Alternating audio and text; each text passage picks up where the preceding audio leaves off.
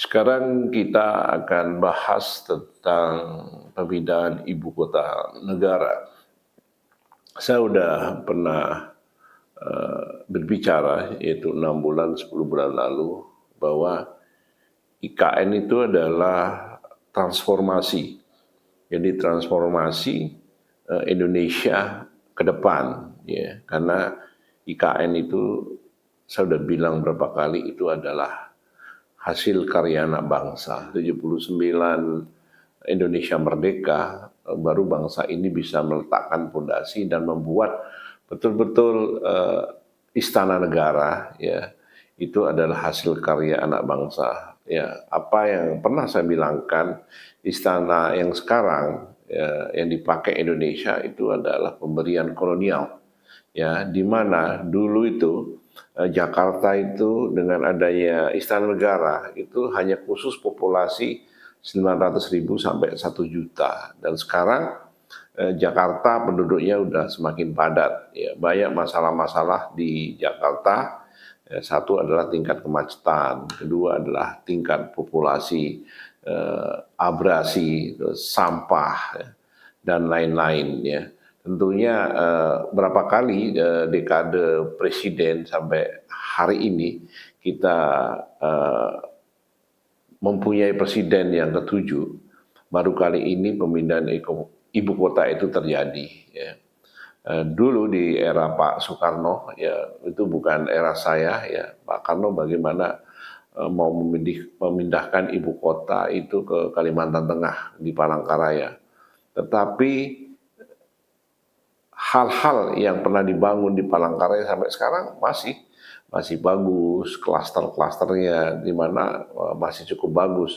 Itu adalah karya itu negara Rusia, ya, Uni Soviet yang membangun, tetapi sampai tidak terjadi. Setelah itu dekade Pak Soeharto, bagaimana Pak Harto ingin memindahkan ibu kota itu di Jonggol. Akhirnya waktu saya masih muda, saya sempat juga membeli tanah di Jonggol, tetapi sampai sekarang belum pernah terjadi, ya. Di era reformasi dari Pak Habibie, dari Gus Dur, dari Bu Mega, tidak ada kesempatan memindahkan ibu kota. Setelah itu Pak SBY juga ada rencana tetap di Jonggol, tetapi sampai dua periode Pak SBY tidak bisa melaksanakan pemindahan ibu kota. Setelah Pak Jokowi, dengan Pak Jokowi yang kerjanya gerak cepat, ya, selalu memonitor pekerjaan 24 jam, baru terjadi bahwa IKN ini bisa pindah, tetapi pindahnya adalah di Provinsi Kaltim, ya. Ini sebenarnya legacy yang cukup luar biasa, di mana 79 tahun bangsa ini merdeka, udah mempunyai istana sendiri, ya. Tetapi masalah hal-hal yang berkaitan dengan pembangunan tentunya itu tidak secepat apa masyarakat yang diinginkan. Makanya di situ ada progresnya. Apalagi ini kan pemindahan ibu kota 2 tahun, tentunya pasti banyak permasalahan-permasalahan yang akan timbul. Tidak semudah teman-teman bayangkan, ya. Tetapi keyakinan saya IKN ini akan terus berjalan dengan baik, ya.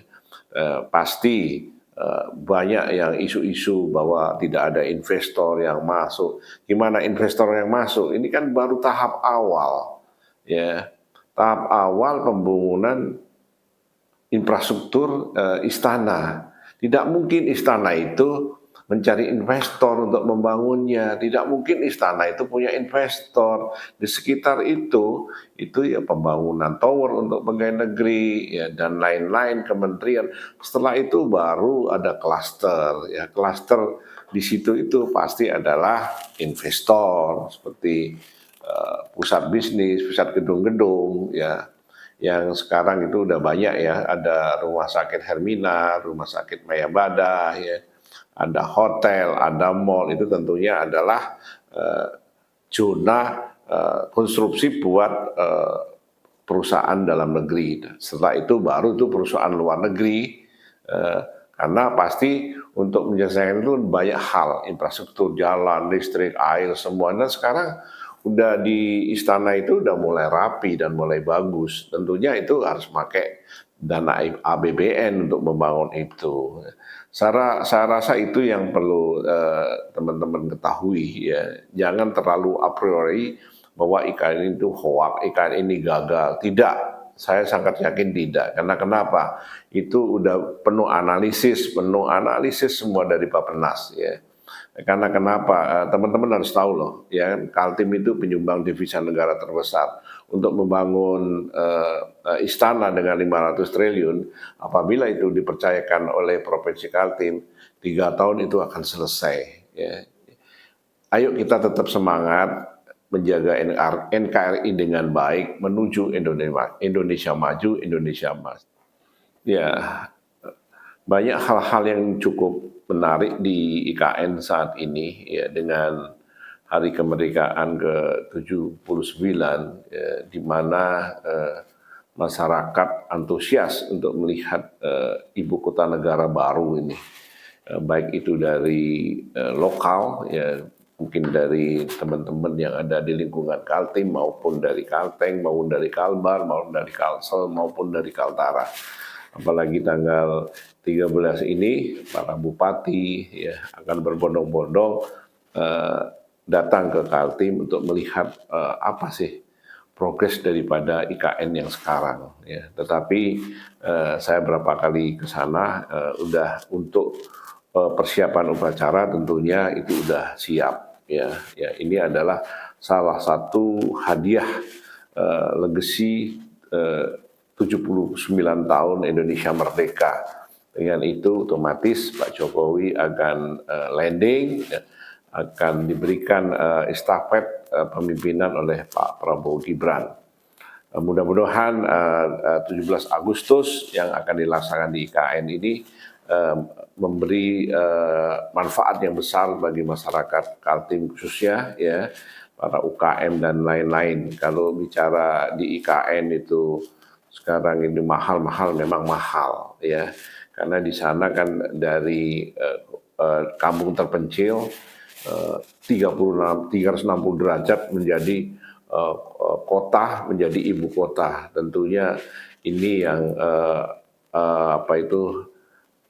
tempat-tempat mahal itu wajar ya. Oleh karena itu saya yakin dengan progres yang berjalan tentunya itu akan mengantisipasi bagaimana nanti kos-kos kan nggak mahal, ini nggak mahal semua. Karena orang-orang akan berbondong-bondong juga investasi di sana, baik itu ekonomi skala kecil. Ya, kita bahas terus tentang IKN. Sebenarnya IKN ini parameter bangsa Indonesia ya. Kalau melihat Pak Jokowi, sebenarnya Pak Jokowi ini udah bisa memberikan yang terbaik, khususnya buat PDIP ya, khususnya buat Bu Mega. Karena Pak Karno dulu mau memindahkan ibu kota ke Palangkaraya, tidak sukses, tetapi setelah Pak Jokowi ini sukses. Tentunya Pak Jokowi ini sudah bisa memberikan legasi yang terbaik, di mana Pak Jokowi kan juga apapun bentuknya juga kader PDIP ya. Masalah like and dislike itu nanti pasti ada solusi dan jalan ya. Saya rasa apa yang diinginkan Bu Mega bahwa pemindahan ibu kota itu terjadi, ternyata yang bisa memindahkan ibu kota juga kader PDIP. Buat Ibu Mega yang tercinta, Bunda Mega,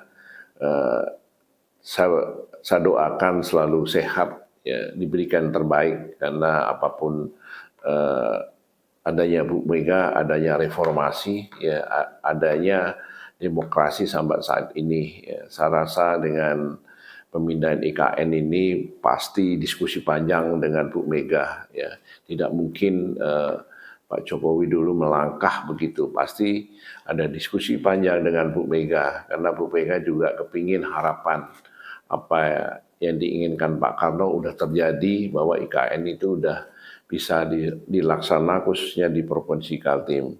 Terima kasih buat Bu Mega, sehat selalu.